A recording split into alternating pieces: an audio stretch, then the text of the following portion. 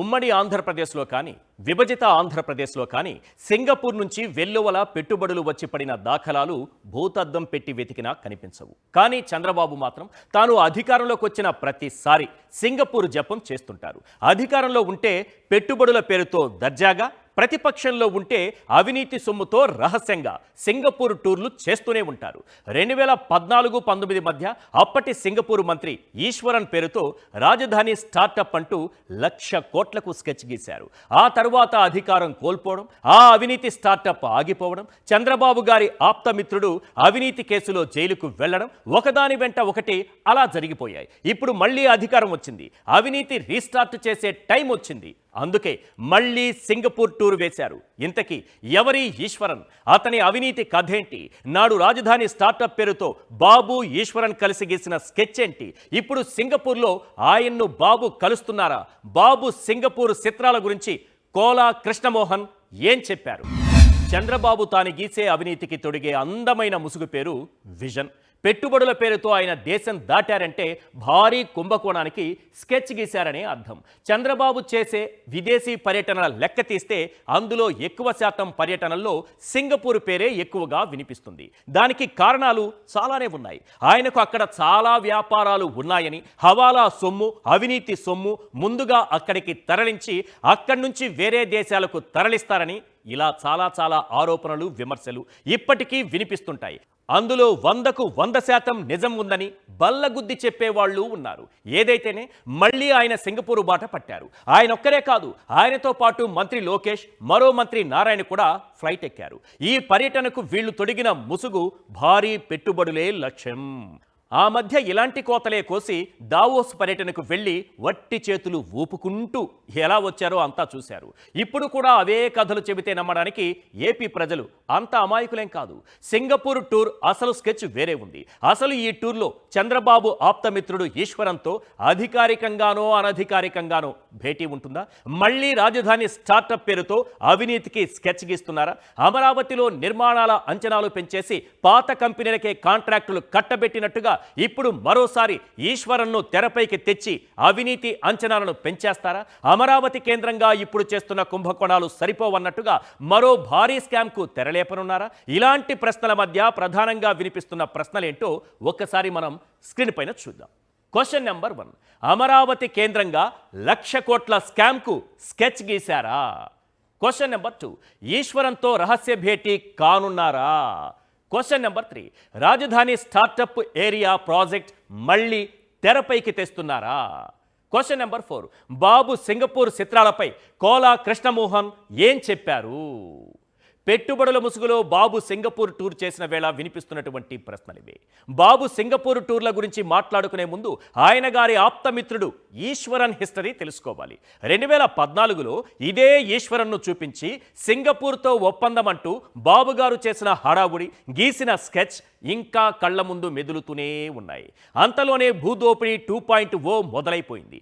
ఈశ్వరన్ గురించి చెప్పాలంటే ఇతను సింగపూర్ మంత్రి ఇప్పుడు కాదు, ఒకప్పుడు. ప్రపంచంలోనే అవినీతి రహిత దేశాల క్రమంలో 3వ స్థానంలో నిలిచిన సింగపూర్లోనే అత్యంత అవినీతిపరుడుగా పేరు తెచ్చుకున్న ఘనుడు. మరి చంద్రబాబుకు ఆప్తమిత్రుడు కావాలంటే ఆ మాత్రం ఎలిజిబిలిటీ ఉండాల్సిందే. ప్రవాస భారతీయుడైన ఈశ్వరన్ సింగపూర్ రవాణా శాఖ మంత్రిగా ఉన్నప్పుడు ఫార్ములా 1 రేసింగ్ కాంట్రాక్టులో అక్రమాలకు పాల్పడినట్లు సింగపూర్ అవినీతి నిరోధక విభాగం నిర్ధారించి 2023 జూలై 12న అరెస్టు చేసింది. ఆ తరువాత ఆయన బెయిలుపై విడుదలయ్యాడు.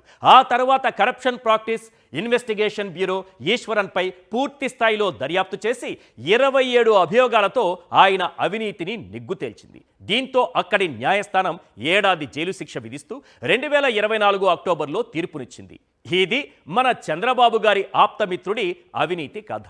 ఇలాంటి అవినీతి పరుణ్ణి అప్పట్లో సింగపూర్ ప్రభుత్వ ప్రతినిధిగా ముందుంచి రాజధాని స్టార్టప్ ఏరియా ప్రాజెక్టు పేరుతో 1,00,000 కోట్ల కరప్షన్కు స్కెచ్ గీశారు.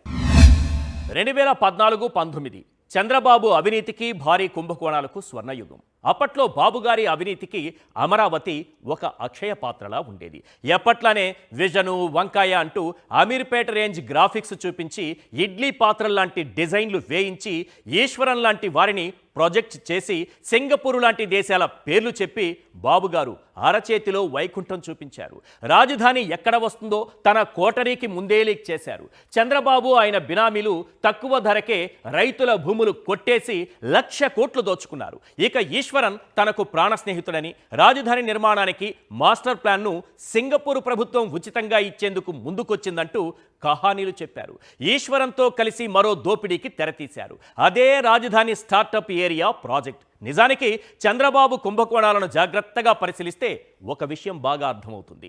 అన్ని కుంభకోణాల్లోనూ ఆయన ఒకే స్టైల్ ఫాలో అవుతారు. ఫర్ ఎగ్జాంపుల్, రాజధాని స్టార్టప్ ఏరియా ప్రాజెక్టు విషయానికి వస్తే నాటి సింగపూర్ మంత్రి ఈశ్వరన్ను ముందు పెట్టి ఇది సింగపూర్ ప్రభుత్వంతో ఒప్పందం అన్నారు. నిజానికి ఇది సింగపూర్ ప్రభుత్వంతో ఒప్పందం కానే కాదు. ఇది కేవలం ఈశ్వరన్తో ఒప్పందం మాత్రమే. ఇదే ఫార్ములా స్కిల్ కేసులోనూ అప్లై చేశారు. స్కిల్ డెవలప్మెంట్ పేరుతో సిమెన్స్ కంపెనీతో ఒప్పందం అన్నారు.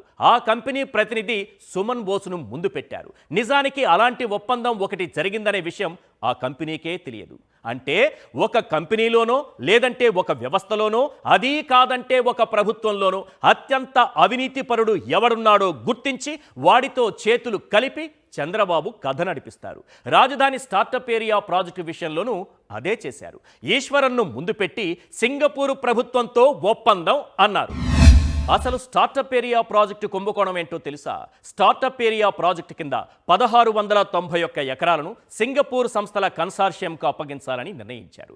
తొలి విడతగా 50 ఎకరాలు, రెండో దశలో 200 ఎకరాలను సింగపూర్ సంస్థలకు అప్పనంగా దోచిపెట్టి మిగతా 1070 ఎకరాలను ప్లాట్లుగా వేసి విక్రయించాలని డిసైడ్ అయ్యారు.